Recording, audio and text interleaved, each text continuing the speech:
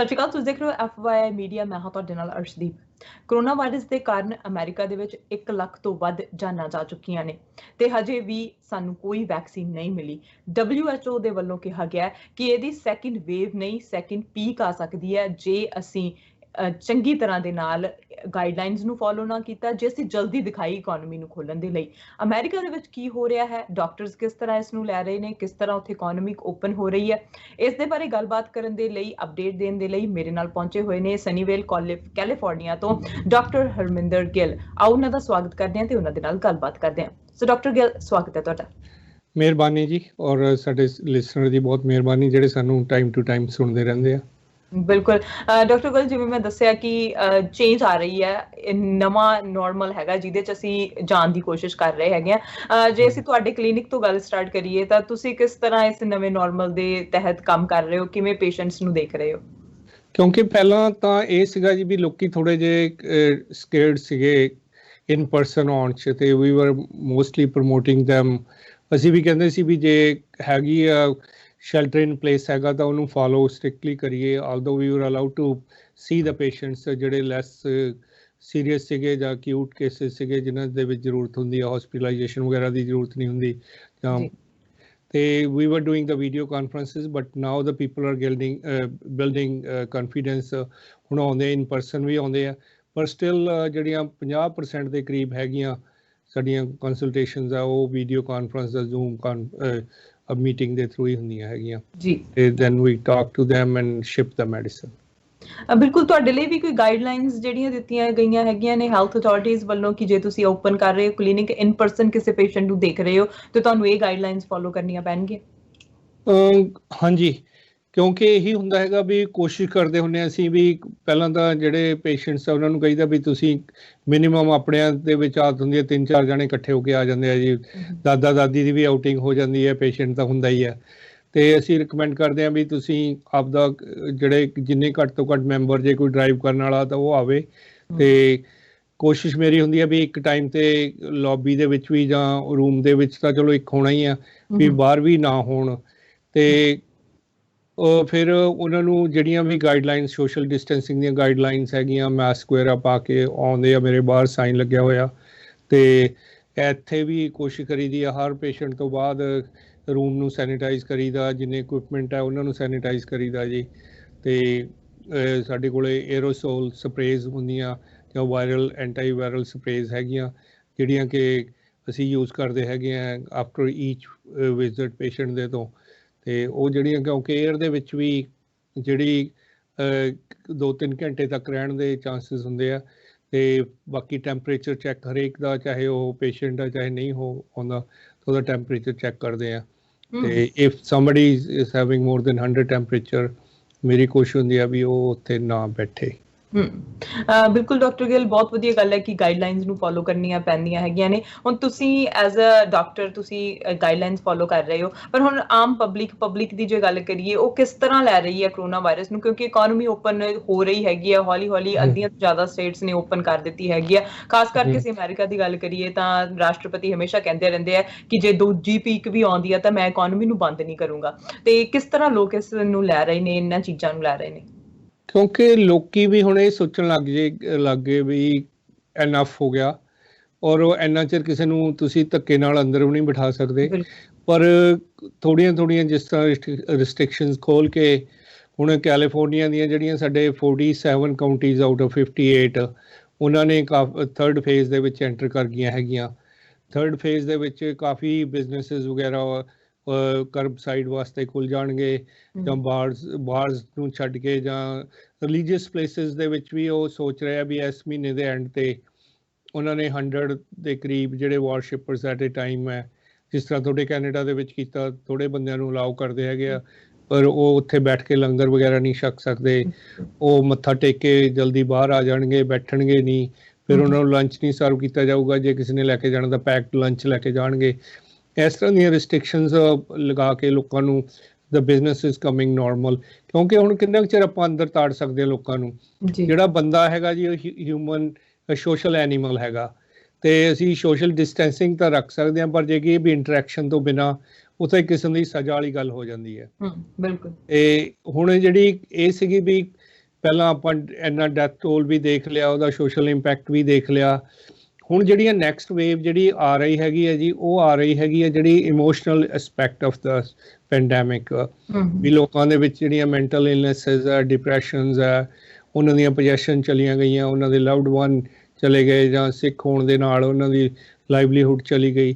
ਉਹ ਚੀਜ਼ਾਂ ਦਾ ਇਫੈਕਟ ਜਿਹੜਾ ਹੁਣ ਦੇਖਣ ਨੂੰ ਅੱਗੇ ਆਉਣ ਵਾਲੇ ਸਮੇਂ 'ਚ ਮਿਲੂਗਾ। ਬਿਲਕੁਲ, ਤੁਸੀਂ ਮੈਂਟਲ ਹੈਲਥ ਦੀ ਗੱਲ ਕੀਤੀ ਹੈਗੀ ਹੈ, ਮੈਂਟਲ ਇਲਨੈਸ ਦੀ ਗੱਲ ਕੀਤੀ ਹੈ ਕਿ ਉਹ ਜ਼ਰੂਰ ਦੇਖਣ ਨੂੰ ਮਿਲੇਗਾ, ਉਹਦੇ ਕੇਸ ਵੱਧ ਜਾਣਗੇ। ਪਰ WHO ਦੇ ਵੱਲੋਂ ਕਿਹਾ ਗਿਆ ਕਿ ਜਿਹੜੀ ਕਰੋਨਾ ਵਾਇਰਸ ਦੀ ਪੀਕ ਹੈਗੀ ਆ ਉਹ ਸਾਨੂੰ ਦੇਖਣ ਨੂੰ ਮਿਲ ਸਕਦੀ ਹੈ, ਕਿਉਂਕਿ ਹਿਸਟਰੀ ਜੇ ਅਸੀਂ ਦੇਖ ਲਈਏ ਵਾਇਰਸਿਸ ਦੀ, ਤਾਂ ਹਿਸਟਰੀ ਦੇ ਵਿੱਚ ਹਮੇਸ਼ਾ ਇਹਨਾਂ ਦੀ ਦੂਜੀ, ਤੀਜੀ ਤੇ ਚੌਥੀ ਵੇਵ ਤੱਕ ਵੀ ਆਈਆਂ ਨੇ ਕਿਸੇ ਜੇ ਉਹਨਾਂ ਦੀ ਵੈਕਸੀਨ ਜੇ ਨਹੀਂ ਮਿਲਦੀ ਤਾਂ। ਪਰ ਹੁਣ ਇਹਦੀ ਵੇਵ ਦੀ ਆਲਰੇਡੀ ਦੱਸਿਆ ਜਾ ਰਿਹਾ ਕਿ ਅਸੀਂ ਗਾਈਡਲਾਈਨਸ ਨੂੰ ਫੋਲੋ ਕਰਦੇ ਰਹੀਏ, ਜੇ ਓਪਨ ਕਰ ਰਹੇ ਹੈਗੇ, ਇਕੋਨਮੀ ਨੂੰ ਰੀਓਪਨ ਕਰ ਰਹੇ ਆ, ਤਾਂ ਵੀ ਜਿਹੜੀਆਂ ਚੀਜ਼ਾਂ ਨੇ ਉਹਨਾਂ ਨੂੰ ਧਿਆਨ ਵਿੱਚ ਰੱਖਿਆ ਜਾਵੇ, ਘੱਟ ਤੋਂ ਘੱਟ ਲੋਕ ਇੱਕ ਦੂਜੇ ਨਾਲ ਇਕੱਠੇ ਹੋਣ। ਸੋ ਦੂਜੀ ਜਿਹੜੀ ਵੇਵ ਜੇ ਆਉਂਦੀ ਵੀ ਹੈ ਤਾਂ ਕਿੰਨੀ ਕੁ ਖਤਰਨਾਕ ਹੋ ਸਕਦੀ ਹੈ ਇਸ ਕਰੋਨਾ ਵਾਇਰਸ ਦੀ, ਤੇ ਉਹਦੇ ਲਈ ਕੀ ਕੁਝ ਕਰਨਾ ਚਾਹੀਦਾ ਲੋਕਾਂ ਨੂੰ? ਕਿਉਂਕਿ ਹੁਣ ਇੰਨੀ ਖਤਰਨਾਕ ਨਹੀਂ ਹੋਊਗੀ, ਕਿਉਂਕਿ ਸਾਨੂੰ ਇਹਦੇ ਨਾਲ ਰਹਿਣਾ ਸਿੱਖ ਗਿਆ, ਉਹਦਾ ਬਿਹੇਵੀਅਰ ਪਤਾ ਲੱਗ ਗਿਆ ਵਾਇਰਸ ਦਾ, ਔਰ ਉਹਨੂੰ ਕਿਵੇਂ ਮਿਟੀਗੇਟ ਕਰਨਾ ਹੈਗਾ। ਹੁਣ ਸਾਡੇ ਕੋਲੇ ਹੋਰ ਕਿਸਮ ਦੇ ਟੂਲ ਹੋਣਗੇ ਜਦੋਂ ਉਹਨੂੰ ਸੈਕੰਡ ਵੇਵ ਆਊਗੀ। ਤੁਹਾਡੇ ਕੋਲੇ ਐਪਸ ਹੋਣਗੀਆਂ, ਤੁਹਾਡੇ ਕੋਲੇ ਕੰਟੈਕਟ ਟ੍ਰੇਸਰਸ, ਸਾਰੀਆਂ ਹੈਲਥ ਡਿਪਾਰਟਮੈਂਟ ਨੇ, ਜਿਹੜੇ ਹੈਲਥ ਅਫੀਸ਼ੀਅਲਸ ਆ, ਉਹਨਾਂ ਨੇ ਇੱਕ ਨਵੀਂ ਜੌਬ ਕ੍ਰੀਏਸ਼ਨ ਹੋਈ ਹੈ, ਹੈਲਥ ਟ੍ਰੇਸਰਸ ਕਹਿੰਦੇ ਆ ਉਹਨਾਂ ਨੂੰ, ਤੇ ਉਹ ਟ੍ਰੇਸਿੰਗ ਕਰਨ, ਕੰਟੈਕਟ ਟ੍ਰੇਸਰਸ ਕਹਿੰਦੇ ਆ ਉਹਨਾਂ ਨੂੰ, ਔਰ ਉਹ ਟ੍ਰੇਸ ਕਰਨਗੇ ਵੀ ਜੇ ਤੁਸੀਂ ਪੋਜ਼ਿਟਿਵ ਆਏ ਹੈਗੇ ਆ ਤਾਂ ਕਿੰਨਾ ਦੇ ਨਾਲ ਕੰਟੈਕਟ ਹੋਇਆ। ਕਿਉਂਕਿ ਇਹਦਾ ਪ੍ਰੀਵੈਂਸ਼ਨ ਹੀ ਹੈਗਾ, ਕਿਉਂਕਿ ਉਹਨਾਂ ਲੋਕਾਂ ਨੂੰ ਕੁਆਰੰਟਾਈਨ ਕੀਤਾ ਜਾ ਸਕੇ ਜਾਂ ਆਈਸੋਲੇਟ ਕੀਤਾ ਜਾ ਸਕੇ ਜਿਹੜੇ ਲੋਕੀ ਹੋਣਗੇ, ਤੇ ਉਹਦੇ ਨਾਲ ਅਸੀਂ ਵੈਲ ਇਕੁਇਪਡ ਹੋਵਾਂਗੇ ਸੈਕੰਡ ਵੇਵ ਨੂੰ ਡੀਲ ਕਰਨ ਵਾਸਤੇ। ਤੇ ਬਾਕੀ ਟ੍ਰੀਟਮੈਂਟ ਰੈਜਮਨ ਵੀ ਹੌਲੀ ਇੰਪਰੂਵਮੈਂਟ ਹੋ ਰਹੀ ਆ, ਜਿਸ ਤਰ੍ਹਾਂ ਆਪਾਂ ਆਫ ਦੀ ਏਅਰ ਗੱਲ ਕੀਤੀ ਸੀ, ਰੈਮਡੇਸਿਵਿਰ ਹੈ ਜਾਂ ਹੋਰ ਜਿਹੜੀਆਂ ਕੰਬੀਨੇਸ਼ਨ ਟ੍ਰੀਟਮੈਂਟਸ ਹੈਗੇ ਆ, they are working better. The death rate ਜਿਹੜਾ ਹੈਗਾ ਉਹ ਪਹਿਲਾਂ ਨਾਲੋਂ ਡਿਕਲਾਈਨ ਹੋਇਆ ਹੈਗਾ, ਜਿਹੜੀ ਕਿ ਗੁੱਡ ਨਿਊਜ਼ ਹੈਗੀ ਆ। ਕੋਈ ਇਹ ਚੀਜ਼ ਜਿਹੜਾ ਇਹ ਜੀਨ ਹੈਗਾ, ਜਿਹੜਾ ਇਹ ਨਵਾਂ ਇਹ ਨਹੀਂ ਕਰੋਨਾ ਵਾਇਰਸ, ਜਿਹੜੀ 7th ਜੀਨ ਇਹਦਾ ਸੀਗਾ, ਪਹਿਲਾਂ ਵੀ ਆਪਾਂ ਦੇਖਿਆ ਹੈਗਾ, ਸਾਰਸ ਆਈ ਸੀ, ਮਰਸਾ ਆਈ ਸੀਗੀ, ਜਾਂ ਹੋਰ ਜਿਹੜੀਆਂ ਪੈਂਡੈਮਿਕਸ ਆਈਆਂ ਹੈਗੀਆਂ, ਤੇ ਉਸੇ ਇਹ ਜਿਹੜੀ ਸੀਕੁਐਂਸ ਦਾ ਜਿਹੜਾ 7th ਜਨਰੇਸ਼ਨ ਹੈਗੀ ਆ ਜੀਨ ਹੈਗਾ, ਜਿਹੜਾ ਕਿ ਹੁਣ ਕੁਝ ਮਹੀਨੇ ਪਹਿਲਾਂ ਚਾਈਨਾ ਦੇ ਵਿੱਚ ਇਰਪਟ ਹੋਇਆ। ਇਸ ਕਰਕੇ ਜਿਵੇਂ ਉਹਦਾ ਬਿਹੇਵੀਅਰ ਪਤਾ ਲੱਗ ਜਾਂਦਾ, ਉਹਦਾ ਹੌਲੀ ਉਹਦਾ ਇਲਾਜ ਕਰਨਾ ਸੌਖਾ ਹੋ ਜਾਂਦਾ ਜੀ। ਬਿਲਕੁਲ, ਬਹੁਤ ਜ਼ਿਆਦਾ ਪੈਂਡੈਮਿਕ ਨੇ ਖਤਰਾ ਜਿਹੜਾ ਪੈਦਾ ਕੀਤਾ ਹੋਇਆ, ਡੈਥਸ ਇੰਨੀਆਂ ਹੋ ਗਈਆਂ ਨੇ। ਆਪਾਂ ਰੈਮਡੇਸਿਵਿਰ ਤੇ ਹਾਈਡਰੋਕਲੋਰੋਕੁਈਨ ਦੀ ਗੱਲ ਕੀਤੀ ਸੀਗੀ। ਹਾਈਡਰੋਕਸੀਕਲੋਰੋਕੁਈਨ ਜਿਹੜੀ ਡੋਨਾਲਡ ਟਰੰਪ ਉਹਨਾਂ ਨੇ ਕੋਰਸ ਪੂਰਾ ਕਰ ਲਿਆ, ਹਾਲਾਂਕਿ ਜਿਹੜੇ ਸਾਇੰਟਿਸਟ ਨੇ, ਡਾਕਟਰਸ ਨੇ, ਉਹ ਕਹਿ ਰਹੇ ਨੇ ਕਿ ਬਹੁਤ ਜ਼ਿਆਦਾ ਖਤਰਨਾਕ ਹੈ। ਈਵਨ WHO ਨੇ ਵੀ ਇਹਦਾ ਜੋ ਟ੍ਰਾਇਲ ਸੀਗਾ ਉਹ ਬੰਦ ਕਰ ਦਿੱਤਾ ਸੀਗਾ। ਪਰ ਬ੍ਰਿਟੇਨ ਦੇ ਵਿੱਚ ਜਿਹੜੀ ਰੈਮਡੇਸਿਵਿਰ ਸੀਗੀ, ਸਾਰਸ ਦੇ ਲਈ ਆਈ ਸੀਗੀ, ਉਹਨੂੰ ਕਿਹਾ ਗਿਆ ਕਿ ਇਹ ਦਵਾਈ ਜਿਹੜੀ ਆ ਉਹ ਸਹੀ ਹੈਗੀ ਆ, ਸੋ ਇਹਦੇ ਟ੍ਰਾਇਲ ਦੇ ਲਈ ਉਹਨਾਂ ਨੇ ਫੰਡਿੰਗ ਵੀ ਦਿੱਤੀ ਹੈਗੀ ਕਿ ਇਹਦੇ ਲਈ ਹੋਰ ਟ੍ਰਾਇਲ ਕੀਤੇ ਜਾਣ। ਸੋ ਇਹਨਾਂ ਦੋਨਾਂ ਦੇ ਵਿੱਚ ਕਿਹੜਾ ਟ੍ਰਾਇਲ ਜਿਹੜਾ ਹੈਗਾ ਉਹ ਸਕਸੈਸਫੁਲ ਹੋਣ ਵਾਲਾ ਹੈ? ਕਿਉਂਕਿ ਰੈਮਡੇਸਿਵਿਰ ਦੇ ਤਾਂ ਟ੍ਰਾਇਲ ਚੱਲੀ ਜਾਣਗੇ, ਕਿਉਂਕਿ ਉਹਦੇ ਵਾਸਤੇ ਐਡਵਰਸ ਕੋਈ ਨੋਟੀਫਿਕੇਸ਼ਨ ਜਾਂ ਜਿਹੜੇ ਪੀਅਰ ਰਿਵਿਊਜ਼ ਹੈ ਕੋਈ ਉਹਨੇ ਬੈਡ ਨਹੀਂ ਆਏ ਹੈਗੇ ਜੀ।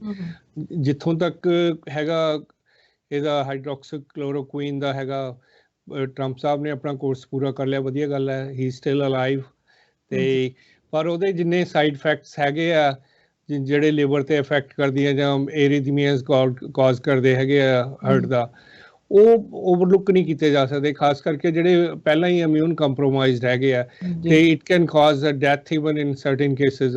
ਇਸ ਕਰਕੇ WHO ਨੇ, CDC ਨੇ, ਤੇ ਹੋਰ ਜਿਹੜੀਆਂ ਸਾਇੰਟੀਫਿਕ ਬੇਸਡ ਆਰਗੇਨਾਈਜੇਸ਼ਨਾਂ ਹੈਗੀਆਂ, ਉਹਨਾਂ ਨੇ ਇਹਦਾ ਜਿਹੜੀ ਆ ਵੀ ਇਹਦਾ ਪ੍ਰੋਟੋਕੋਲ ਨੂੰ ਬੰਦ ਕਰਤਾ ਹੈਗਾ। ਉਹ ਕਹਿੰਦੇ ਤੁਸੀਂ ਵਰਤੋਂ 'ਚ ਨਾ ਲਿਆਓ ਇਹਨੂੰ, ਚੰਗੀ ਗੱਲ ਹੈਗੀ ਹੈ।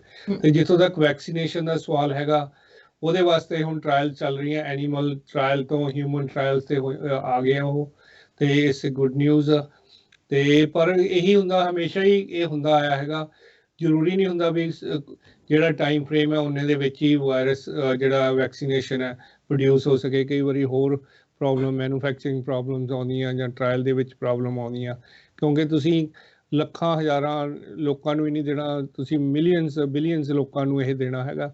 ਤੇ ਤੁਸੀਂ ਜਿੰਨਾ ਚਿਰ ਉਹਦੇ ਪੂਰੇ ਤਰ੍ਹਾਂ ਵਧੀਆ ਉਹਦੀ ਇਫੈਕਟਿਵਨੈਸ ਤੇ ਸੇਫਟੀ ਪੂਰੀ ਤਰ੍ਹਾਂ ਸਿਕਿਉਰ ਨਹੀਂ ਹੁੰਦੀ, ਉਹਨਾਂ ਚਿਰ ਤੁਸੀਂ ਉਹਨੂੰ ਰਿਲੀਜ਼ ਨਹੀਂ ਕਰ ਸਕਦੇ। ਬਿਲਕੁਲ ਜਿੱਦਾਂ ਤੁਸੀਂ ਦੱਸਿਆ ਕਿ ਇਹ ਵੈਕਸੀਨ ਦਾ ਜਿਹੜਾ ਟ੍ਰਾਇਲ ਹੈਗਾ ਆ ਉਹ ਐਨੀਮਲਸ ਦੇ ਵਿੱਚ ਸਕਸੈਸਫੁਲ ਹੋਇਆ ਸੀ, ਪਰ ਜਦੋਂ ਹਿਊਮਨ ਦੇ ਉੱਤੇ ਹੁੰਦਾ ਆ ਹਜੇ ਵੀ ਉਹਨਾਂ ਦੇ ਵਿੱਚ ਬਹੁਤ ਕੁਝ ਚੀਜ਼ਾਂ ਦੇਖਣ ਵਾਲੀਆਂ। ਅਸੀਂ ਪਿਛਲੀ ਵਾਰ ਵੀ ਗੱਲ ਕੀਤੀ ਸੀ ਕਿ ਇਹ ਵੱਖ-ਵੱਖ ਏਜ ਗਰੁੱਪ ਦੇ ਉੱਤੇ, ਵੱਖ-ਵੱਖ ਹਾਰਮੋਨਸ ਦੇ ਉੱਤੇ, ਜੀਨਸ ਦੇ ਉੱਤੇ ਫੇਰ ਬਣਾ ਕੇ ਫੇਰ ਇਹਦੇ ਲਈ ਟ੍ਰਾਇਲ ਕੀਤੇ ਜਾਂਦੇ ਨੇ। ਪਰ ਹੁਣ ਆਸਟ੍ਰੇਲੀਆ ਦੇ ਵਿੱਚ ਹਿਊਮਨ ਟ੍ਰਾਇਲ ਹੋ ਰਹੇ ਨੇ, ਬ੍ਰਿਟੇਨ ਦੇ ਵਿੱਚ ਹਿਊਮਨ ਟ੍ਰਾਇਲ ਹੋ ਰਹੇ ਨੇ, ਇਵਨ ਕੈਨੇਡਾ ਦੇ ਵਿੱਚ ਹੋ ਰਹੇ ਨੇ। ਸੋ ਹਿਊਮਨ ਟ੍ਰਾਇਲ ਜਿਹੜੇ ਨੇ ਉਹ ਸਕਸੈਸਫੁਲ ਹੋਣ ਦੇ ਚਾਂਸਸ ਹਿਸਟਰੀ ਦੇ ਵਿੱਚ ਕਿੰਨੇ ਕੁ ਹੁੰਦੇ ਨੇ, ਕਿੰਨੇ ਕੁ ਟਾਈਮ ਲੱਗ ਜਾਂਦਾ ਇਹਨਾਂ ਨੂੰ? ਜਿਸ ਤਰ੍ਹਾਂ ਆਪਾਂ ਪਹਿਲਾਂ ਵੀ ਮੈਂ ਦੱਸਿਆ ਸੀਗਾ 112 ਦੇ ਕਰੀਬ ਹੁਣ ਕੰਪਨੀਆਂ ਹੈਗੀਆਂ ਜਿਹੜੀਆਂ ਰੇਸ ਦੇ ਵਿੱਚ ਹੈਗੀਆਂ, ਤੇ ਜਦੋਂ ਐਂਡ ਰਿਜ਼ਲਟ ਆਉਂਦੇ ਆ ਹੋਪਫੁਲੀ 10-12 ਕੰਪਨੀਆਂ ਜਾਂ ਇੰਨੀਆਂ ਕੁ 2 ਡਜ਼ਨ ਕੰਪਨੀਜ਼ ਮੇ ਵੀ ਰੇਸ ਦੇ ਵਿੱਚ ਰਹਿ ਜਾਣਗੀਆਂ ਤੇ ਜਦੋਂ ਤੱਕ ਹਿਊਮਨ ਟ੍ਰਾਇਲਸ ਤੋਂ ਅੱਗੇ ਗੱਲ ਚੱਲਣੀ ਆ। ਤੇ ਉਹਦੇ ਵਿੱਚੋਂ ਹੁਣ ਦੇਖੋ ਜੀ ਚਾਂਸਸ ਤਾਂ ਹੈਗੇ ਵੀ ਇੰਨੇ ਜ਼ੋਰ ਨਾਲ ਲੱਗੇ ਹੋਏ ਆ, ਇੰਨਾ ਚੈਲੰਜ ਹੈਗਾ, ਇੰਨੀਆਂ ਕੰਟਰੀਜ਼ ਲੱਗੀਆਂ, ਇੰਨੀਆਂ ਆਰਗੇਨਾਈਜੇਸ਼ਨ ਲੱਗੀਆਂ ਹੈਗੀਆਂ, ਤਾਂ ਚਾਂਸਸ ਆਰ ਰੀਅਲੀ ਗੁੱਡ ਵੀ ਉਹਦੇ ਚੋਂ 2-4 ਕੰਪਨੀਆਂ ਦੇ ਸਕਸੈਸਫੁਲ ਹੋਣ ਦੇ ਚਾਂਸਸ ਹੈਗੇ ਆ ਜੀ। ਜੀ ਬਿਲਕੁਲ ਅਸੀਂ ਉਮੀਦ ਕਰਦੇ ਹਾਂ ਕਿ ਵੈਕਸੀਨ ਜਲਦੀ ਆਵੇ ਤੇ ਇਹ ਜਿਹੜੀ ਵਾਇਰਸ ਹੈਗੀ ਆ ਛੇਤੀ ਤੋਂ ਛੇਤੀ ਜਾਵੇ। ਪਰ ਹੁਣ ਜਿਹੜਾ ਹੈਗਾ ਇਸ ਕਨਵਰਸੇਸ਼ਨ ਦੇ ਵਿੱਚ ਟਾਈਮ ਹੋ ਗਿਆ ਬ੍ਰੇਕ ਦਾ। ਬ੍ਰੇਕ ਤੋਂ ਬਾਅਦ ਵਾਪਸ ਆਉਂਦੇ ਤੇ ਤੁਹਾਡੇ ਨਾਲ ਇਸ ਤਰ੍ਹਾਂ ਹੀ ਗੱਲ ਨੂੰ ਜਾਰੀ ਰੱਖਦੇ ਹਾਂ। ਠੀਕ ਹੈ ਜੀ।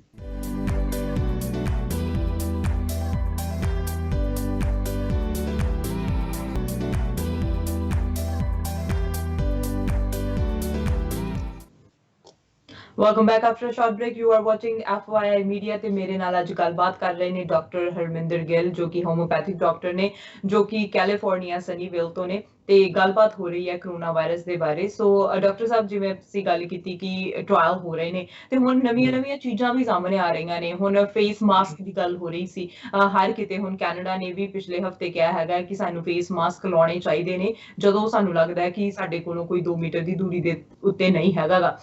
ਸੋ ਹੁਣ ਫੇਸ ਮਾਸਕ ਤੋਂ ਲੈ ਕੇ ਹੁਣ ਕਹਿ ਰਹੇ ਆ ਕਿ ਫੇਸ ਸ਼ੀਲਡ ਵਧੀਆ ਹੋ ਸਕਦੀਆਂ ਨੇ, ਜਿਹੜੀਆਂ ਹੁਣ ਜਦੋਂ ਅਸੀਂ ਟਰੈਵਲ ਕਰਦੇ ਆ ਤੇ ਉਹਦੇ ਵਿੱਚ ਦੇਖਦੇ ਆ ਕਿ ਕਈ ਫਲਾਈਟਸ ਜਿਹੜੀਆਂ ਆਪਣੇ ਜਿਹੜੇ ਜਿਵੇਂ ਕੈਨੇਡੀਅਨਸ ਨੇ ਜਾਂ ਆਪਣੇ ਅਮਰੀਕਨ ਨੇ ਉਹਨਾਂ ਨੂੰ ਵਾਪਸ ਲੈ ਕੇ ਆ ਰਹੀ ਹੈ ਆਪਣੇ ਦੇਸ਼ ਦੇ ਵਿੱਚ, ਤਾਂ ਉਹਨਾਂ ਨੂੰ ਫੇਸ ਸ਼ੀਲਡ ਦਿੱਤੀਆਂ ਜਾ ਰਹੀਆਂ ਨੇ। ਡਾਕਟਰਸ ਫੇਸ ਸ਼ੀਲਡ ਯੂਜ਼ ਕਰ ਰਹੇ ਨੇ, ਪਰ ਕਹਿ ਰਹੇ ਨੇ ਕਿ ਫੇਸ ਸ਼ੀਲਡ ਅਮਰੀਕਾ ਦੇ ਵਿੱਚ ਡਾਕਟਰ ਕਹਿ ਰਹੇ ਨੇ ਕਿ ਫੇਸ ਸ਼ੀਲਡ ਪਾਉਣੀਆਂ ਚਾਹੀਦੀਆਂ ਨੇ। ਸੋ ਤੁਹਾਨੂੰ ਕੀ ਲੱਗਦਾ ਕਿ ਫੇਸ ਮਾਸਕ ਦੀ ਥਾਂ ਤੇ ਫੇਸ ਸ਼ੀਲਡ ਜ਼ਿਆਦਾ ਵਧੀਆ ਹੋਣਗੇ? ਜਿੱਥੋਂ ਤੱਕ ਤਾਂ ਹੈਗਾ ਜੀ, ਆਪਾਂ ਪਬਲਿਕ ਪਲੇਸ ਦੇ ਵਿੱਚ ਜਾਂਦੇ ਹੈਗੇ ਆ ਤੇ ਸ਼ਾਪਿੰਗ ਕਰਨ ਵਗੈਰਾ ਜਾਂਦੇ ਹੈਗੇ ਆ, ਉੱਥੇ ਤੁਹਾਨੂੰ ਕੋਈ ਜ਼ਰੂਰੀ ਨਹੀਂ ਹੈਗਾ ਵੀ ਫੇਸ ਸ਼ੀਲਡ ਹੀ ਪਾਈ ਜਾਵੇ। ਤੁਸੀਂ ਫੇਸ ਮਾਸਕ ਨਾਲ ਯੂ ਆਰ ਸੇਫ ਐਨਫ, ਕਿਉਂਕਿ ਕਾਫੀ ਵੱਡੇ ਹਾਈ ਸੀਲਿੰਗਸ ਹੁੰਦੀਆਂ ਜਿਹੜੀਆਂ ਜਗ੍ਹਾ ਦੀਆਂ, ਉੱਥੇ 에ਅਰ ਸਪੇਸ ਤੁਸੀਂ ਬਹੁਤ ਘੱਟ ਸ਼ੇਅਰ ਕਰਦੇ ਆ ਕਿਸੇ ਦੇ ਨਾਲ, ਤੇ ਇਸ ਕਰਕੇ ਉੱਥੇ ਉਹਦੇ ਨਾਲ ਕੰਮ ਚੱਲ ਜਾਂਦਾ ਹੈਗਾ। ਇੱਕ ਕਿਸਮ ਦਾ ਬੈਰੀਅਰ ਹੈਗਾ ਵਾਇਰਸ ਵਾਸਤੇ ਤੇ ਤੁਹਾਡੇ ਵਾਸਤੇ। ਔਰ if everybody is wearing they are breathing on their own, they are not spreading the droplets. ਜਦੋਂ ਤੁਸੀਂ ਕਿਸੇ ਕਲੋਜ਼ ਆਉਣੇ, ਜਿਸ ਤਰ੍ਹਾਂ ਹੁਣ ਮੈਂ ਦੇਖਦਾ ਕਿਸੇ ਪੇਸ਼ੈਂਟ ਨੂੰ ਦੇਖਦਾ ਜੀ, I wear the face shield on top of face mask, ਤੇ ਉਹ ਇੱਕ this is another layer of protection. ਹੁਣ ਗਰਮੀਆਂ ਦੇ ਵਿੱਚ ਕਈਆਂ ਦੇ ਕੰਮਕਾਰ ਇਹੋ ਜਿਹੇ ਹੈਗੇ ਆ, ਉਹਨਾਂ ਦੇ ਵਿੱਚ ਉਹ ਪੋਸੀਬਲ ਹੀ ਨਹੀਂ ਹੈਗਾ, ਪਰ ਇਸ ਅਨਦਰ ਲੇਅਰ ਆਫ ਪ੍ਰੋਟੈਕਸ਼ਨ, ਇੱਕ ਹੋਰ ਬੈਰੀਅਰ ਹੈਗਾ ਜਿਹਦੇ ਨਾਲ ਤੁਸੀਂ ਡ੍ਰੌਪਲੇਟ ਨੂੰ ਰੋਕ ਸਕਦੇ ਹੈਗੇ ਆ। ਮਾਸਕ ਦੇ ਨਾਲ ਤੁਸੀਂ ਅਗਰ ਛਿੱਕ ਆਉਂਦੀ ਹੈ ਜਾਂ ਹੋਰ ਆਉਂਦੀ ਹੈ, ਤੁਸੀਂ ਖੋਲ ਕੇ ਉਹਨੂੰ ਖੰਘਦੇ ਆ ਜਾਂ ਹੋਰ ਜਾਂ ਗੱਲਾਂ ਕਰ ਰਹੇ ਆ, ਫਿਰ ਤੁਸੀਂ ਉਹਨੂੰ ਪ੍ਰੀਵੈਂਟ ਨਹੀਂ ਕਰਦੇ ਜਿਹੜੀ ਫੇਸ ਸ਼ੀਲਡ ਕਰ ਸਕਦੀ ਹੈ ਜੀ। ਪਰ it's not possible for every profession to wear. ਤੁਸੀਂ ਸ਼ਾਰਟ ਟਾਈਮ ਤਾਂ ਪਾ ਸਕਦੇ ਆ, ਹੁਣ ਜੇ ਤੁਸੀਂ ਕਹੀਏ ਵੀ ਜਿਹਨੇ 8 ਘੰਟੇ ਕੰਮ ਕਰਨਾ ਉਹਦੇ ਵਾਸਤੇ ਮੁਸ਼ਕਲ ਹੈਗੀ ਹੈ। ਬਿਲਕੁਲ। ਤੇ ਨਾਲ ਹੁਣ ਅਸੀਂ ਗੱਲ ਕੀਤੀ ਸੀ ਕਿ ਜਿਹੜੇ ਟਰੈਵਲ ਕਰ ਰਹੇ ਹੈਗੇ ਉਹਨਾਂ ਨੂੰ ਵੀ ਫੇਸ ਸ਼ੀਲਡ ਦਿੱਤੀਆਂ ਜਾ ਰਹੀਆਂ ਨੇ। ਅਮਰੀਕਾ ਦੇ ਵਿੱਚ ਕਹਿ ਰਹੇ ਨੇ ਕਿ ਯੂਰਪ ਤੋਂ ਜਿਹੜੀਆਂ ਫਲਾਈਟਸ ਨੇ ਉਹ ਸ਼ੁਰੂ ਕੀਤੀਆਂ ਜਾਣ ਤੇ ਵਿਚਾਰ ਕੀਤਾ ਜਾ ਰਿਹਾ ਹੈਗਾ ਆ। ਹੁਣ ਬਾਰਡਰ ਜਿਹੜਾ ਅਮਰੀਕਾ ਤੇ ਕੈਨੇਡਾ ਦਾ ਵੀ ਕਲੋਜ਼ ਹੈਗਾ, 21 ਜੂਨ ਤੱਕ ਬੰਦ ਹੈਗਾ, ਤੇ ਬਾਅਦ ਵਿੱਚ ਫੈਸਲਾ ਲਿਆ ਜਾਵੇਗਾ ਕਿ ਖੋਲਿਆ ਜਾਵੇ ਕਿ ਨਾ ਖੋਲਿਆ ਜਾਵੇ। ਨਾਨ ਐਸੈਂਸ਼ੀਅਲ ਜਿਹੜੀ ਆਪਾਂ ਟਰੈਵਲ ਕਰਦੇ ਹੈਗੇ ਆ। ਸੋ ਜੇ ਹੁਣ ਜਦੋਂ ਟਰੈਵਲ ਇੱਕ ਦੂਜੇ ਦੇ ਅਸੀਂ ਬਾਰਡਰ ਦੇ ਥਰੂ ਜਾਵਾਂਗੇ, ਇੱਕ ਦੂਜੇ ਦੇ ਵੱਲ ਜਾਵਾਂਗੇ, ਤੇ ਉਹਦੇ ਨਾਲ ਕਿੰਨੇ ਕੁ ਚਾਂਸਸ ਵੱਧ ਜਾਣਗੇ ਇਹ ਕਰੋਨਾ ਵਾਇਰਸ ਫੈਲਣ ਦੇ? ਇਹ ਤਾਂ ਹੁਣ ਡਿਪੈਂਡ ਕਰਦਾ ਨਾ ਜੀ ਵੀ ਕਿਹੜੇ ਕੰਟਰੀ ਚੋਂ ਕਿੱਥੇ ਜਾ ਰਹੇ ਹੋ ਤੁਸੀਂ। ਜੇ ਨੰਬਰ ਆਫ ਕੇਸਿਸ ਹੁਣ ਜਿੱਥੇ ਸਾਰੇ ਸਿਕਿਉਰਿਟੀਨਾਈਜ਼ ਹੋ ਗਏ ਆ ਜਾਂ ਆਇਡੈਂਟੀਫਾਈ ਹੋ ਗਏ ਆ, ਔਰ ਤੁਸੀਂ ਆਈਸੋਲੇਟ ਕਰ ਲਿਆ, ਕੁਆਰੰਟਾਈਨ ਕਰ ਲਿਆ ਜਾਂ ਟਰੀਟ ਕਰ ਲਿਆ, ਉਹਨਾਂ ਮੁਲਕਾਂ ਦੇ ਵਿੱਚ ਚਾਂਸਸ ਵਧਣ ਦੇ ਘੱਟ ਹੈਗੇ ਆ। ਹੁਣ ਵਰਸਸ ਜਿਵੇਂ ਅਮਰੀਕਾ ਵਰਸਸ ਕੈਨੇਡਾ ਹੈਗਾ, ਤੁਹਾਡੇ ਕੇਸਿਸ ਘੱਟ ਹੈ, ਅਮਰੀਕਾ ਜ਼ਿਆਦਾ ਕੇਸਿਸ ਹੈਗੇ, ਸਪੈਸ਼ਲੀ ਔਨ ਨਿਊਯਾਰਕ ਸਾਈਡ। ਉਹ ਏਰੀਏ ਦੇ ਵਿੱਚ ਜਿਹੜਾ ਕਾਫੀ ਮਤਲਬ ਜਿਹੜਾ ਤੁਹਾਡਾ ਬਾਰਡਰ ਲੱਗਦਾ ਹੈਗਾ ਕੈਨੇਡਾ ਦਾ ਨਿਊਯਾਰਕ ਦੇ ਨਾਲ, ਨਿਆਗਰਾ ਫਾਲ ਵਗੈਰਾ, ਉੱਥੇ ਵਧਣ ਦੇ ਚਾਂਸਸ ਹੈਗੇ। ਉਹ ਪਹਿਲਾਂ ਹੀ they are already struggling with the high density cases ਆ। ਇਹ ਜਿੱਥੋਂ ਤੱਕ ਔਰੀਗਨ ਜਾਂ ਵਾਸ਼ਿੰਗਟਨ ਦਾ ਸਵਾਲ ਹੈਗਾ, ਕੈਨੇਡਾ ਦਾ ਜਿਹੜਾ ਪਾਰਟ ਲੱਗਦਾ ਹੈਗਾ, ਉੱਥੇ ਚਾਂਸਸ ਘੱਟ ਹੈਗੇ ਆ। ਇਹੀ ਜਿਹੜਾ ਬਾਕੀ ਜਿੱਥੋਂ ਨੂੰ ਫਲਾਈਟ ਜਾਣਗੀਆਂ ਜਾਂ ਕਿੰਨੇ ਲੋਕੀ ਫਲਾਈ ਕਰ ਰਹੇ ਜਾਂ ਕਿਹੋ ਜਿਹਾ ਇਤਿਹਾਤ ਰੱਖਦੇ ਆ ਲੋਕੀ। ਹੁਣ ਕਈ ਵਾਰੀ ਜਿਹੜੀਆਂ ਹੁਣ ਫਲਾਈਟਸ ਇੰਡੀਆ ਨੂੰ ਗਈਆਂ ਹੈਗੀਆਂ ਇੱਥੋਂ ਕੈਨੇਡਾ ਤੋਂ ਲੈ ਕੇ ਜਾਂ USA ਤੋਂ, ਉਹ ਜਿਹੜੀਆਂ 에ਅਰ ਹੋਸਟਸ ਦੇ ਉਹਨਾਂ ਦੇ PPE ਸੂਟ ਪੂਰੇ ਪਾਏ ਹੋਏ ਸੀਗੇ ਜੀ। ਔਰ ਅਲਟੀਮੇਟਲੀ ਤਾਂ ਕੀ ਹੋਣਾ ਹੈਗਾ, ਜਿਹੜੀਆਂ ਸੀਟਾਂ ਜਹਾਜ਼ਾਂ ਦੀਆਂ ਉਹ ਰੀਕਨਫਿਗਰ ਕਰਕੇ ਉਹਨਾਂ ਦੇ ਵਿਚਕਾਰ, ਇੱਕ ਦਿਨ ਮੈਂ ਦੇਖ ਰਿਹਾ ਸੀ ਪਤਾ ਨਹੀਂ ਕਿਹੜੀ ਏਅਰਲਾਈਨ ਨੇ ਆਪਣਾ ਉਹਨਾਂ ਨੇ ਮੋਡੀਫਿਕੇਸ਼ਨਸ ਕੀਤੀਆਂ ਹੈਗੀਆਂ, ਤੇ ਉਹ ਥੋੜਾ ਪਲਾਸਟਿਕ ਬੈਰੀਅਰ ਜਿਹਾ ਲਗਾ ਦੇਣਗੇ ਵਿਚਕਾਰਲੀ ਸੀਟ ਦੇ ਜਿਹੜੇ ਸਾਈਡਾਂ ਦੇ, ਉਹਦੇ ਨਾਲ ਜਿਹੜਾ ਫਿਜ਼ੀਕਲ ਕੰਟੈਕਟ ਨਹੀਂ ਹੋਊਗਾ।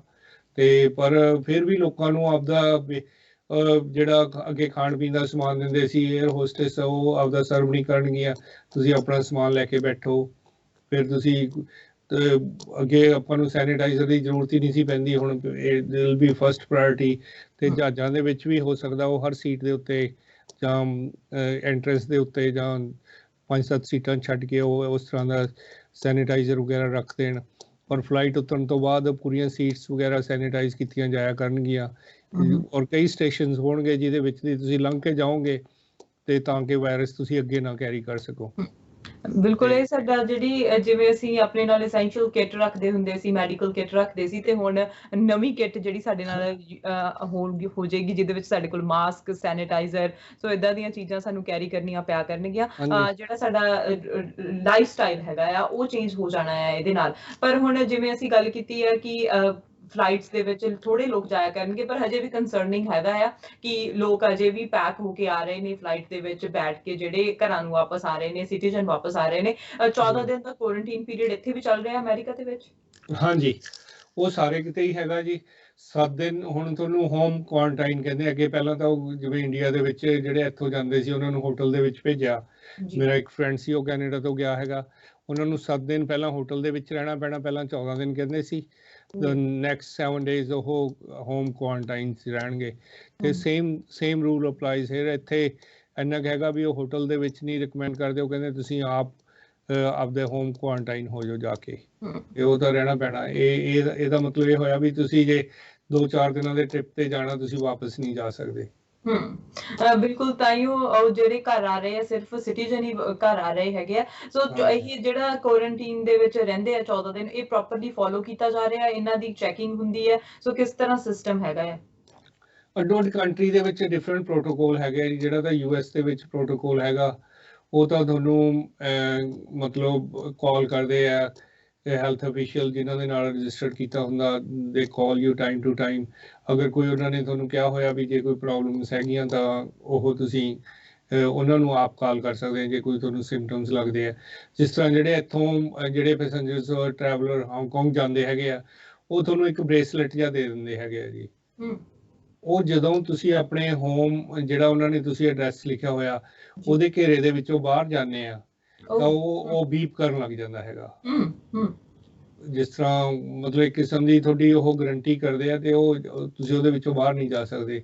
ਤੇ ਇੰਡੀਆ ਦੇ ਵਿੱਚ ਜਿਸ ਤਰ੍ਹਾਂ ਮੈਂ ਤੁਹਾਨੂੰ ਦੱਸਿਆ ਕਿ ਇੰਡੀਆ ਦੇ ਵਿੱਚ ਇਹੀ ਕਰ ਰਹੇ ਆ ਵੀ 7 ਦਿਨ ਉਹ ਤੁਹਾਨੂੰ ਇੱਥੋਂ ਜੋ ਤੁਸੀਂ ਜਾ ਕੇ ਏਅਰਪੋਰਟ ਤੇ ਉਤਰਦੇ ਆ, ਉਹਨਾਂ ਕੋਲੇ ਲਿਸਟ ਹੈ ਪੈਸੇਂਜਰ ਦੀ, ਕਿਹੜੇ ਡਿਸਟ੍ਰਿਕਟ ਦੇ ਇਹ ਹੈਗੇ ਆ। ਜੇ ਤੁਸੀਂ ਲੁਧਿਆਣਾ ਡਿਸਟ੍ਰਿਕਟ ਨੂੰ ਬਿਲੋਂਗ ਕਰਦੇ ਆ ਜਾਂ ਜਲੰਧਰ ਨੂੰ ਬਿਲੋਂਗ ਕਰਦੇ ਆ ਤੇ ਤੁਸੀਂ ਬਠਿੰਡੇ ਜਾ ਕੇ ਨਹੀਂ ਰਹਿ ਸਕਦੇ। ਉਹਨਾਂ ਨੇ ਤੁਹਾਨੂੰ, ਕਿਉਂਕਿ ਉੱਥੇ ਜਿਹੜੀ ਪੁਲਿਸ ਜਾਂ ਜਿਹੜੇ ਹੈਲਥ ਅਫੀਸ਼ੀਅਲਸ ਹੈ ਉਹ ਤੁਹਾਨੂੰ ਉਸ ਡਿਸਟ੍ਰਿਕਟ ਵਾਲੇ, ਉਹਨਾਂ ਕੋਲੇ ਲਿਸਟ ਹੋਊਗੀ, ਉਹ ਤੁਹਾਨੂੰ escort ਕਰਕੇ ਤੁਹਾਡੇ ਡਿਸਟ੍ਰਿਕਟ ਦੇ ਵਿੱਚ ਲਿਜਾ ਕੇ ਉੱਥੇ ਤੁਹਾਨੂੰ ਹੋਟਲ ਦੇ ਵਿੱਚ ਹੀ ਛੱਡਣਗੇ, ਜਿਹੜਾ ਕਿ ਉਹਨਾਂ ਨੇ ਗਵਰਨਮੈਂਟ ਨੇ ਪਹਿਲਾਂ ਬੁੱਕ ਕੀਤਾ ਹੁੰਦਾ ਤੁਹਾਡੇ ਵਾਸਤੇ। 7 ਦਿਨਾਂ ਦੇ ਬਾਅਦ ਤੁਸੀਂ ਆਪਦੇ ਜਿਹੜੇ ਘਰੇ ਜਾ ਸਕਦੇ ਆ। ਤੇ ਫਿਰ ਤੁਸੀਂ ਉਸ ਤੋਂ ਬਾਅਦ ਜਿਹੜਾ ਫਰਦਰ ਟਰੈਵਲ ਤੁਸੀਂ ਕਿਸੇ ਹੋਰ ਡਿਸਟ੍ਰਿਕਟ ਜਾਣਾ ਜਾਂ ਪੰਜਾਬ ਦੇ ਕਿਸੇ ਹੋਰ ਹਿੱਸੇ ਦੇ ਵਿੱਚ ਜਾਣਾ, ਜਿਹੜਾ ਕਿ ਅੱਜ ਦੀ ਤਰੀਕ ਦੇ ਵਿੱਚ ਆਹ ਪ੍ਰੋਟੋਕੋਲ ਚੱਲ ਰਿਹਾ ਜੀ ਉੱਥੇ। ਬਿਲਕੁਲ, ਜੇ ਇਸ ਵਾਇਰਸ ਦੀ ਗੱਲ ਕਰੀਏ ਤਾਂ ਇਹ ਵਾਇਰਸ ਉਹਨਾਂ ਨੂੰ ਅਟੈਕ ਕਰਦਾ ਜਿਨ੍ਹਾਂ ਦਾ ਇਮਿਊਨ ਸਿਸਟਮ ਲੋ ਹੁੰਦਾ ਹੈ, ਜਿੰਦਾ ਇਮਿਊਨ ਸਿਸਟਮ ਵਧੀਆ ਨਹੀਂ ਹੁੰਦਾ, ਤੇ ਉਹਨਾਂ ਦੀ ਐਗਜ਼ਾਮਪਲ ਹੈਗੀ ਹੈ ਸਾਡੇ ਬਜ਼ੁਰਗ ਜਿਹੜੇ ਨੇ, ਜਿਹੜੇ ਸੀਨੀਅਰ ਨੇ, ਉਹ ਜ਼ਿਆਦਾ ਇਸ ਵਾਇਰਸ ਦਾ ਸ਼ਿਕਾਰ ਹੋ ਰਹੇ ਨੇ, ਚਾਹੇ ਉਹ ਅਮਰੀਕਾ ਚਾਹੇ ਕੈਨੇਡਾ, ਅਕ੍ਰੋਸ ਗਲੋਬ ਕਿਤੇ ਵੀ ਹੈ। ਸੀਨੀਅਰਸ ਨੂੰ ਲੈ ਕੇ ਸਾਡੇ ਮਿਲਟਰੀ ਪੀਪਲ ਆਏ ਹੋਏ ਸੀ ਓਨਟਾਰੀਓ ਦੇ ਵਿੱਚ, ਉਹਨਾਂ ਨੇ ਇੱਕ ਰਿਪੋਰਟ ਜਾਰੀ ਕੀਤੀ ਹੈ ਕਿ ਸੀਨੀਅਰ ਹੋਮਸ ਦੇ ਵਿੱਚ ਉਹਨਾਂ ਦੀ ਟੇਕ ਕੇਅਰ ਵਧੀਆ ਨਹੀਂ ਕੀਤੀ ਜਾ ਰਹੀ, ਕਿਉਂਕਿ ਇਹ ਹੋ ਸਕਦਾ ਹੈ ਕਿ ਉਹ ਡਰਦੇ ਹੋਣ, ਜਿਹੜੇ ਹੈਲਥ ਅਫੀਸ਼ੀਅਲ ਜੇ ਹੈਗੇ ਨੇ ਉਹ ਡਰਦੇ ਹੋਣ ਕਿ ਸਾਨੂੰ ਨਾ ਕਰੋਨਾ ਵਾਇਰਸ ਹੋ ਜਾਏ, ਜਾਂ ਹਾਲਤ ਪਹਿਲਾਂ ਤੋਂ ਹੀ ਖਰਾਬ ਆ, ਹੁਣ ਇਹ ਤਾਂ ਬਾਅਦ ਵਿੱਚ ਪਤਾ ਲੱਗੂਗਾ। ਹੁਣ ਜੇ ਅਸੀਂ ਅਮਰੀਕਾ ਦੇ ਕੇਅਰ ਹੋਮਸ ਦੀ ਗੱਲ ਕਰੀਏ, ਇੱਥੋਂ ਦੀ ਕੰਡੀਸ਼ਨ ਕਿੱਦਾਂ ਦੀ ਹੈ, ਜੇ ਅਸੀਂ ਇਹਦੀ ਹਿਸਟਰੀ ਦੇ ਬਾਰੇ ਜਾਂ ਅੱਜ ਦੀ ਕੰਡੀਸ਼ਨ ਦੇ ਬਾਰੇ ਗੱਲ ਕਰੀਏ ਤਾਂ? ਜਿੰਨੀਆਂ ਵੀ ਜੇ ਆਪਾਂ ਨੰਬਰ ਆਫ ਡੈਥਸ ਦੇਖੀਏ ਅਰਸ਼ੀ, ਕੈਲੀਫੋਰਨੀਆ 'ਚ ਹੋਈਆਂ ਚਾਹੇ ਉਹ ਨਿਊਯਾਰਕ ਦੇ ਵਿੱਚ ਹੋਈਆਂ, ਉਹਦੇ ਵਿੱਚੋਂ 50% ਦੇ ਕਰੀਬ ਔਸਤ ਨਿਕਲਦੀ ਹੈਗੀ ਆ ਵੀ ਉਹ ਸੀਨੀਅਰਸ ਦੀਆਂ ਹੀ ਹੋਈਆਂ। ਔਰ ਜਿਹੜੀ ਆਊਟਬ੍ਰੇਕ ਹੋਈ ਸੀ ਵਾਸ਼ਿੰਗਟਨ ਦੇ ਵਿੱਚ, ਜਿਹੜੀ ਸਿਆਟਲ ਦੇ ਵਿੱਚ ਹੋਈ ਸੀ, ਉਹ ਵੀ ਪਹਿਲਾਂ ਕਿਸੇ ਸੀਨੀਅਰ ਹੋਮ ਤੋਂ ਹੀ ਸ਼ੁਰੂ ਹੋਈ ਸੀ। ਔਰ ਕੈਲੀਫੋਰਨੀਆ ਦੇ ਵਿੱਚ ਜਿਹੜੀਆਂ ਡੈਥ ਹੋਈਆਂ 100 ਦੇ ਕਰੀਬ, ਉਹ ਵੀ ਜਿਹੜਾ ਇੱਕ ਇੱਥੇ ਬੇ ਏਰੀਆ ਦੇ ਵਿੱਚ ਹੀ ਸੀਗਾ ਸੀਨੀਅਰ ਕੇਅਰ ਸੈਂਟਰ ਗੇਟਵੇ, ਉੱਥੋਂ ਸ਼ੁਰੂ ਹੋਈਆਂ ਸੀ। ਇਹ ਆਪਾਂ ਨਹੀਂ ਝੁਠਲਾਇਆ ਜਾ ਸਕਦਾ ਵੀ ਸੀਨੀਅਰ ਮੋਰ ਵਲਨਰੇਬਲ ਕਮਿਊਨਿਟੀ ਹੈਗੇ ਆ, ਕਿਉਂਕਿ ਉਹਨਾਂ ਦਾ ਇਮਿਊਨ ਸਿਸਟਮ ਪਹਿਲਾਂ ਹੀ ਕੰਪਰੋਮਾਈਜ਼ਡ ਹੈਗਾ। ਉਹਨਾਂ ਦੀ ਬਾਡੀ ਉਸ ਤਰ੍ਹਾਂ ਫਾਈਟ ਨਹੀਂ ਕਰ ਸਕਦੀ ਜਿਹੜੀ ਕਿ ਇੱਕ ਤੰਦਰੁਸਤ ਬੰਦੇ ਦੀ ਜਾਂ ਯੰਗ ਬੰਦੇ ਦੀ ਫਾਈਟ ਕਰ ਸਕਦੀ ਹੈ ਵਾਇਰਸ ਵਾਸਤੇ, ਤੇ ਉਹ ਇਸ ਕਰਕੇ ਉਹ ਜਲਦੀ ਵਿਚਾਰੇ ਰੱਬ ਨੂੰ ਪਿਆਰੇ ਹੋ ਜਾਂਦੇ ਆ। ਉਹਨਾਂ ਨੂੰ ਕਈ ਵਾਰੀ ਮੌਕਾ ਨਹੀਂ ਮਿਲਦਾ, ਬਹੁਤ ਜਲਦੀ ਮਤਲਬ ਉਹਨਾਂ ਦੀ ਕੰਪਲੀਕੇਸ਼ਨਸ ਹੋਰ ਆ ਜਾਂਦੀਆਂ, ਨਮੂਨੀਆ ਵਗੈਰਾ ਦੀਆਂ ਜਾਂ ਹੋਰ ਲੰਗਸ ਦੀਆਂ, ਜਦੋਂ ਕਿ ਇੱਕ ਯੰਗ ਜਾਂ ਜਿਹੜਾ ਇਮਿਊਨ ਕੰਪਰੋਮਾਈਜ਼ ਨਹੀਂ ਹੈਗਾ, ਉਹ ਇਹਨੂੰ ਫਾਈਟ ਕਰਕੇ ਵੀ ਤੰਦਰੁਸਤ ਹੋ ਸਕਦੇ ਆ। ਜੀ ਬਿਲਕੁਲ। ਤੇ ਨਾਲ ਹੁਣ ਲਾਸਟ ਦੇ ਉੱਤੇ ਜੇ ਅਸੀਂ ਬੱਚਿਆਂ ਦੀ ਗੱਲ ਕਰੀਏ, ਬੱਚਿਆਂ ਦੇ ਵਿੱਚ ਵੀ ਡਿਫਰੈਂਟ ਤਰ੍ਹਾਂ ਦੀਆਂ ਬਿਮਾਰੀਆਂ ਆ ਰਹੀਆਂ ਨੇ, COVID-19 ਦੇ ਨਾਲ ਰਿਲੇਟਡ ਵੀ ਨੇ, ਤੇ ਜਿਹੜੀ ਨਵੀਂ ਬਿਮਾਰੀ ਜਿਹੜੀ ਬੱਚਿਆਂ ਦੇ ਵਿੱਚ ਆ ਰਹੀ ਹੈ, ਜਿਨ੍ਹਾਂ ਨਾਲ ਉਹਨਾਂ ਦੇ ਜਿਵੇਂ ਰੈਡਨੈਸ ਹੋ ਰਹੀ ਹੈਗੀ ਹੈ, ਤੇ ਉਹਨਾਂ ਨਾਲ ਡੈਥਸ ਵੀ ਹੋਈਆਂ ਨੇ ਬੱਚਿਆਂ ਦੀਆਂ। ਸੋ ਬੱਚਿਆਂ ਨੂੰ ਕੀ ਕੁਝ ਕਰਨਾ ਚਾਹੀਦਾ ਹੈਗਾ ਇਸ ਕਰੋਨਾ ਵਾਇਰਸ ਦੇ ਟਾਈਮ, ਕਿਉਂਕਿ ਉਹਨਾਂ ਨੂੰ ਸਮਝਾਉਣਾ ਥੋੜਾ ਜਿਹਾ ਔਖਾ ਵੀ ਹੁੰਦਾ? ਹਾਂਜੀ, ਹੁਣ ਜਿਸ ਤਰ੍ਹਾਂ ਮਤਲਬ ਇਹ ਤਾਂ ਪੇਰੈਂਟਸ ਦੀ ਜ਼ਿੰਮੇਵਾਰੀ ਬਣ ਜਾਂਦੀ ਹੈ, ਕਿਉਂਕਿ ਬੱਚਿਆਂ ਦੇ ਵਿੱਚ ਸੋਚਣ ਦੀ ਉਨੀ ਸ਼ਕਤੀ ਨਹੀਂ ਹੁੰਦੀ ਗੀ। ਜਿਸ ਤਰ੍ਹਾਂ ਮੈਂ ਕੱਲ ਦੇਖ ਰਿਹਾ ਸੀ, ਜਦੋਂ ਦਰਬਾਰ ਸਾਹਿਬ ਹਰਿਮੰਦਰ ਸਾਹਿਬ ਦੀਆਂ ਪਿਕਚਰਸ ਜਾਂ ਵੀਡੀਓ ਰਿਲੀਜ਼ ਕੀਤੀਆਂ, ਤੁਸੀਂ ਵੀ ਦੇਖਿਆ ਹੋਣਾ, ਜਦੋਂ ਉਹਨਾਂ ਨੇ ਖੋਲ੍ਹਿਆ, ਹਾਲਾਂਕਿ ਰਿਲੀਜੀਅਸ ਪਲੇਸਿਸ ਦੇ ਉੱਤੇ ਬਣਾਈ ਆ, ਪਰ ਉੱਥੇ ਲੋਕੀ ਵਹੀਰਾਂ ਘੱਤ ਕੇ ਦਰਬਾਰ ਸਾਹਿਬ ਦੇ ਦਰਸ਼ਨ ਕਰਨ ਨੂੰ ਚਲੇ ਗਏ। ਔਰ ਮੈਨੂੰ ਹੈਰਾਨੀ ਇਸ ਤੋਂ ਹੋਈ ਕਿ ਛੋਟੇ ਛੋਟੇ ਬੱਚਿਆਂ ਨੂੰ ਵੀ ਆਪਾਂ ਰਿਸਕ ਦੇ ਵਿੱਚ ਪਾ ਰਹੇ ਹੈਗੇ ਆ, ਔਰ ਹਰੇਕ ਦੀ ਕੂਣੀ ਨਾਲ ਕੂਣੀ ਵੱਜ ਰਹੀ ਸੀ ਉੱਥੇ, ਛੋਟੇ ਛੋਟੇ ਬੱਚਿਆਂ ਨੂੰ ਗਰਮੀ ਦੇ ਵਿੱਚ ਲੈ ਕੇ ਲੋਕੀ ਖੜੇ ਸੀ। ਇਹ ਪੇਰੈਂਟਸ ਦੀ ਜ਼ਿੰਮੇਵਾਰੀ ਬਣ ਜਾਂਦੀ ਹੈ ਵੀ ਅਸੀਂ ਰਿਸਪੌਂਸੀਬਲੀ ਬਿਹੇਵ ਕਰੀਏ, ਔਰ ਇਹੋ ਜਿਹੇ ਮੌਕੇ 'ਤੇ ਬੱਚਿਆਂ ਨੂੰ ਨਾ ਐਕਸਪੋਜ਼ ਕਰੀਏ, ਕਿਉਂਕਿ ਪਹਿਲਾਂ ਸਮਝਿਆ ਜਾਂਦਾ ਸੀ ਵੀ ਇਹ ਬੱਚਿਆਂ 'ਤੇ ਨਹੀਂ ਅਸਰ ਕਰਦੀ, ਪਰ ਜਿਸ ਤਰ੍ਹਾਂ ਨੰਬਰ ਆਫ ਡੈਥਸ ਹੋਈਆਂ, ਇਹ ਡਿਸਕ੍ਰਿਮੀਨੇਟ ਨਹੀਂ ਕਰਦੀ ਬੱਚਿਆਂ ਨੂੰ, ਔਰਤਾਂ ਨੂੰ, ਸੀਨੀਅਰਸ ਨੂੰ, ਸਾਰਿਆਂ ਨੂੰ ਹੀ ਹੋ ਰਹੇ ਆ ਕੇਸਿਸ ਤਾਂ, ਜੇ ਤੁਸੀਂ ਐਕਸਪੋਜ਼ ਹੋਣੇ ਆ। ਜੀ ਬਿਲਕੁਲ, ਜਿਵੇਂ ਕਾਵਾਸਾਕੀ ਦੀ ਜਿਹੜੀ ਬਿਮਾਰੀ COVID-19 ਦੇ ਨਾਲ ਰਿਲੇਟਡ ਕਰਕੇ ਦੱਸੀ ਜਾ ਰਹੀ ਸੀ, ਬਹੁਤ ਸਾਰੀਆਂ ਡੈਥਸ ਹੋਈਆਂ ਨੇ ਬੱਚਿਆਂ ਦੀਆਂ, ਤੇ ਜੇ ਕੋਈ ਵੀ ਸਿੰਪਟਮ ਲੱਗਦਾ ਤਾਂ ਸਾਨੂੰ ਫੌਰਨ ਜਿਹੜਾ ਉਹਨਾਂ ਨੂੰ ਡਾਕਟਰ ਦੇ ਕੋਲ ਲੈ ਕੇ ਜਾਣਾ ਚਾਹੀਦਾ, ਐਮਰਜੈਂਸੀ ਲੈ ਕੇ ਜਾਣਾ ਚਾਹੀਦਾ। ਸੋ ਤੁਸੀਂ ਬਹੁਤ ਸਾਨੂੰ ਵਧੀਆ ਅਪਡੇਟ ਦਿੰਦੇ ਰਹਿੰਦੇ ਹੋ ਅਮਰੀਕਾ ਦੇ ਬਾਰੇ, ਕਿ ਅਮਰੀਕਾ ਦੇ ਵਿੱਚ ਕੀ ਹੋ ਰਿਹਾ, ਕਿਵੇਂ ਹੈਲਥ ਸਿਸਟਮ ਵਰਕ ਕਰ ਰਿਹਾ ਹੈਗਾ। ਕੀ ਕਹਿਣਾ ਚਾਹੁੰਦੇ ਆ ਵਿਊਅਰਸ ਨੂੰ ਜਾਂਦੇ ਅੱਜ? ਉਹੀ ਹੈਗਾ ਜੀ ਵੀ ਵਾਸ਼ ਹੈਂਡਸ ਈਵਨ ਮੋਰ, ਆਪਾਂ ਸਾਰੇ ਕਰ ਹੀ ਰਹੇ ਹਾਂ ਹੋਰ, ਕਿਉਂਕਿ ਹੈਂਡ ਸੈਨੀਟਾਈਜ਼ਰ ਯੂਜ਼ ਕਰਨਾ ਕੋਈ ਮਾੜੀ ਗੱਲ ਨਹੀਂ ਹੈਗੀ, ਪਰ ਜਿਹੜਾ you can't substitute for the wash hands. ਆਪਾਂ ਇਹੋ ਜਿਹੇ ਖਿੱਤੇ ਦੇ ਵਿੱਚ, ਮੁਲਕ ਦੇ ਮਤਲਬ ਦੁਨੀਆ ਦੇ ਰਹਿੰਦੇ ਹਾਂ ਜਿੱਥੇ ਕਿ ਪਾਣੀ ਹੱਥ ਧੋਣ ਵਾਸਤੇ ਹਰੇਕ ਥਾਂ ਅਵੇਲੇਬਲ ਹੈਗਾ। ਹੁਣ ਇੰਡੀਆ ਦੇ ਵਿੱਚ ਕਈ ਜਾਂ ਹੋਰ ਜਗ੍ਹਾ ਹੈਗੀਆਂ ਜਿੱਥੇ ਕਿ ਵਾਸ਼ ਹੈਂਡਸ ਵਾਸਤੇ ਫੈਸਿਲਿਟੀ ਅਵੇਲੇਬਲ ਨਹੀਂ ਹੈਗੀ, ਤੇ ਸਾਡੇ ਕੋਲ ਇਹ ਵੀ have luxury to wash hands, ਜਿੰਨੇ ਵਾਰੀ ਜ਼ਿਆਦਾ ਧੋ ਸਕਦੇ ਹਾਂ। Wash hands, do not touch the face mask use ਕਰੋ ਜਿੱਥੇ ਕਰਨਾ, ਤੇ ਜੇ ਜ਼ਰੂਰਤ ਨਹੀਂ ਤਾਂ ਹਲੇ ਵੀ ਇਹ ਨਹੀਂ ਹੈਗਾ ਵੀ ਜੇ ਖੁੱਲ੍ਹ ਮਿਲ ਗਿਆ ਤਾਂ ਅਸੀਂ ਉਹ ਪਹਿਲਾਂ ਵਾਂਗੂ ਖੁੱਲ੍ਹੇ ਤੁਰੇ ਫਿਰੀਏ। ਜੇ ਸਰ ਸਕਦਾ ਤਾਂ ਘਰੇ ਬੈਠੋ, ਜੇ ਅੱਗੇ 3 ਮਹੀਨੇ ਆਪਾਂ ਸਰ ਸਕਦਾ ਤਾਂ we can change our lives also, behaviour change ਕਰਨਾ ਆਪਣਾ ਪੈਣਾ। ਜੀ ਬਿਲਕੁਲ, thank you so much once again. Okay ਜੀ, ਮਿਹਰਬਾਨੀ ਤੁਹਾਡੀ ਤੇ FII ਮੀਡੀਆ ਦੀ, ਥੈਂਕ ਯੂ। ਬਿਲਕੁਲ, ਅੱਜ ਗੱਲ ਹੋਈ ਹੈ ਡਾਕਟਰ ਹਰਮਿੰਦਰ ਗਿੱਲ ਦੇ ਨਾਲ, ਜਿਹੜੇ ਕਿ ਸਨੀਵੇਲ ਕੈਲੀਫੋਰਨੀਆ ਤੋਂ ਨੇ, ਤੇ ਜੇ ਉਹਨਾਂ ਦੇ ਨਾਲ ਤੁਸੀਂ ਕੰਟੈਕਟ ਕਰਨਾ ਚਾਹੁੰਦੇ ਹੋ ਤਾਂ harminder@homeopathicvibes.com ਤੇ ਜਾ ਸਕਦੇ ਆ, ਜਾਂ ਸਰਚ ਕਰ ਸਕਦੇ ਆ www.homeopathicvibes.com ਤੇ। ਕਰੋਨਾ ਵਾਇਰਸ ਦੇ ਲਈ ਹੋਰ ਅਪਡੇਟਸ ਦੇ ਲਈ ਦੇਖਦੇ ਰਹੋ FYI ਮੀਡੀਆ। ਮੈਨੂੰ ਦਿਓ ਇਜਾਜ਼ਤ। ਸਤਿ ਸ਼੍ਰੀ ਅਕਾਲ।